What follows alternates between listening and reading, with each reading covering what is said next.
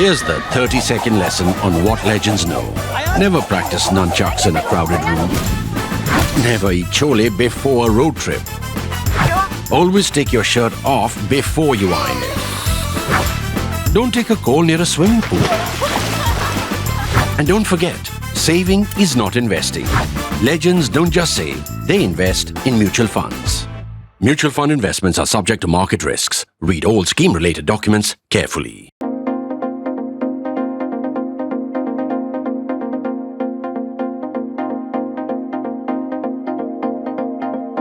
There's been much action around our judiciary, particularly the Supreme Court of India. You've seen this letter that 600 lawyers have written, including Venerable Harish Salve, and then the Prime Minister's endorsement on it because he has tweeted it and also put a comment on it. That is the subject of our national interest today. As I cut into that, a thank you note to you. Last week, I made an appeal to all of you to take paid subscriptions to the print, and I have to say that the response has been heartening. So those who've taken paid subscriptions or renewed yours, thank you very much. You're marvelous people. We just need your tribe to grow. That said, back to our argument for the week. There's been a flurry of action around India's higher judiciary. First, the letter collectively signed by 600 members of the bar, including the Venerable Harish Salve, addressed to the Chief Justice of India. The letter offers support and solidarity at a time when the court, the signatories say, I'm not saying it, the signatories say, is under an egregious assault from parties interested in undermining it. Now, I'm not using these exact quotes because that becomes too long. I am paraphrasing, I believe, quite accurately. This might have passed as some usual bar politics, particularly when in some states, notably in West Bengal, bar council elections are also being fought on party symbols. So the bar is also divided now. These are polarized times. Everybody is polarized. Why should the lawyers not be? Lawyers, in fact, if anything, are the most politicized, so they also get easily polarized. But this can't be dismissed as one of those polarized bar phenomena. Not once Prime Minister Narendra Modi has endorsed it too. He shared the text of the lawyers' letter of support and solidarity for what they see as an endangered judiciary with an interesting comment that 50 years ago, Congress demanded a committed judiciary. He brought up the era of 1973 and then 1977 when Indira Gandhi's government, Indira Gandhi actually was at the peak of her power then with the majority much bigger than what Narendra Modi has now. That government carried out two significant supersessions in the appointment of the Chief Justice of India. Each decision was politically motivated and loaded. In fact, each was directly linked to a significant order of the top court in that fraught decade. The first, April 1973, was the supersession of the three senior-most judges, Jaishankar Manilal Shelat, A.N. Grover and K.S. Hegde, and the appointment of Ajit Nath Ray as the CJI over their heads. The three who were passed over resigned, as you would expect.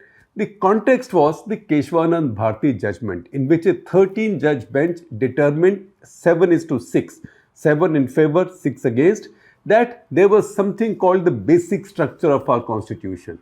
Ray was among the 6 who said no. The 3 who were passed over were obviously among those who established the basic structure of the doctrine. The 3 who were passed over were from the 7 who said there is a basic structure. The 3 were passed over because those were senior to Ray. So Ray, the senior most among those who said there was no basic structure, was made the Chief Justice of India. That was the first of these big attacks on the judiciary by her.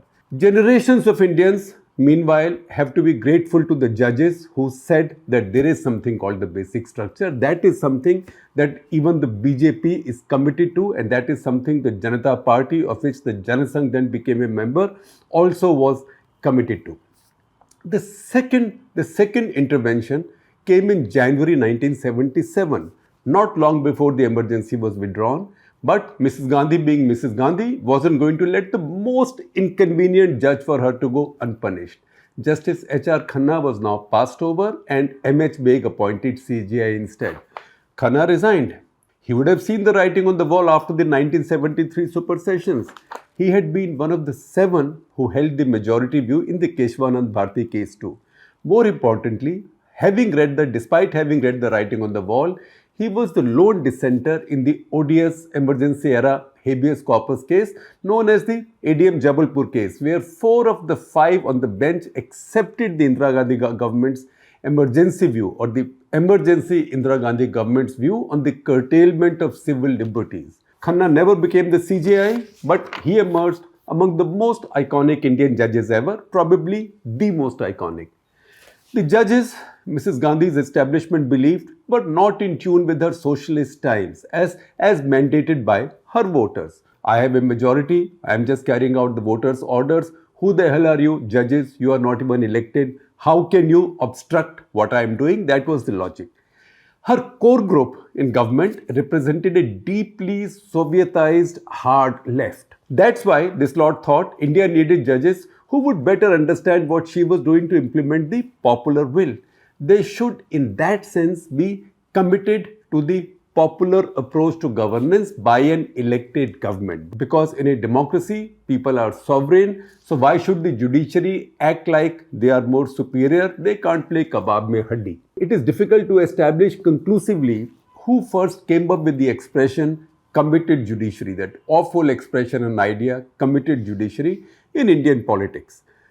However, late Mohan Kumaramangalam, a known communist in Indira Gandhi's cabinet, is widely credited with having first floated the idea of a committed judiciary. One obsession of dictators is to have perfect institutions in the belief that only they are capable of creating and protecting these. I will give you a little side story on these. There was a time when I wrote a bunch of articles calling General Musharraf a dictator, and he caught hold of me at some event once and said, "You are completely wrong. I had thought that your reading is Pakistan is good, but now I changed my opinion. It's completely wrong." So I said, "What have I said wrong?" He said, "You keep calling me dictator. I am not a dictator because in Pakistan under me, the judiciary is the freest, the media is the freest, everything is the freest ever." So all dictators think that they can create the most perfect institutions.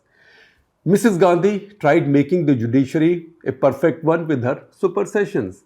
This is the phenomenon from 1973-77 that the Prime Minister was referring to in his tweet. The question that would follow, who is it that is trying to bully and browbeat the judiciary today? I take those expressions from the Prime Minister's tweet, which you can see on your screens, because he said it's been the habit of the Congress party to bully and browbeat those opposed to it. Surely his tweet, the Prime Minister's tweet, suggests it is now the Congress. If that was indeed the case, it would be punching way above its weight, like say about 3 times, if not 4 times, given its only 52 seats in the Lok Sabha. That would be the kind of clout you would think that the Congress has, that today it can also bully and browbeat the Supreme Court, that is Congress or people aligned with it. There is no such thing as a perfect institution in a democracy. It follows, therefore, that the Indian judiciary is far from perfect as well. Has it been getting more imperfect than usual lately? That would depend on how you define lately, which in turn would also depend on where you are coming from, what your politics is. If you were on the anti-Modi/BJP side, for example, you might say the time the Supreme Court really lost its way was in the era of the scam mania under UPA 2, say between 2010 and 2014. This is when the lordships were issuing orders, some purely verbal, more or less proclaiming all influential accused as convicts taking direct supervision of scams like the 2G spectrum in telecom. There was so much anger in the spoken word on the bench then that it taught so many of us, innocent non-legal folk like us, the expression obiter dicta. That is an order that judges give verbally. Do this, do that. My favorite one is something at that point that one of the judges, one of these eminent judges, who was then hailed as a great corruption fighter, something he said to Ghulam Vahanbati, who was then the Attorney General of India. He said at one point, "Please go and tell the Prime Minister we are getting angry."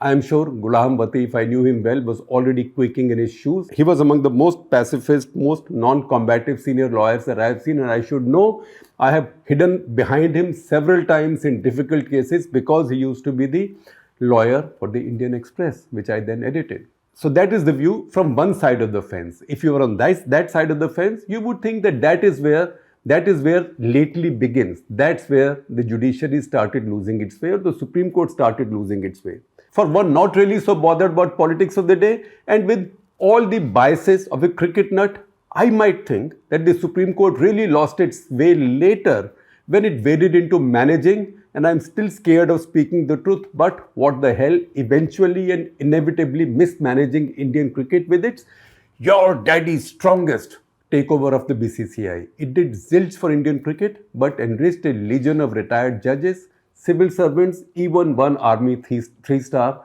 maybe thrown in for diversity. If you are with the BJP, however, or if you are the BJP, when would you think that lately was?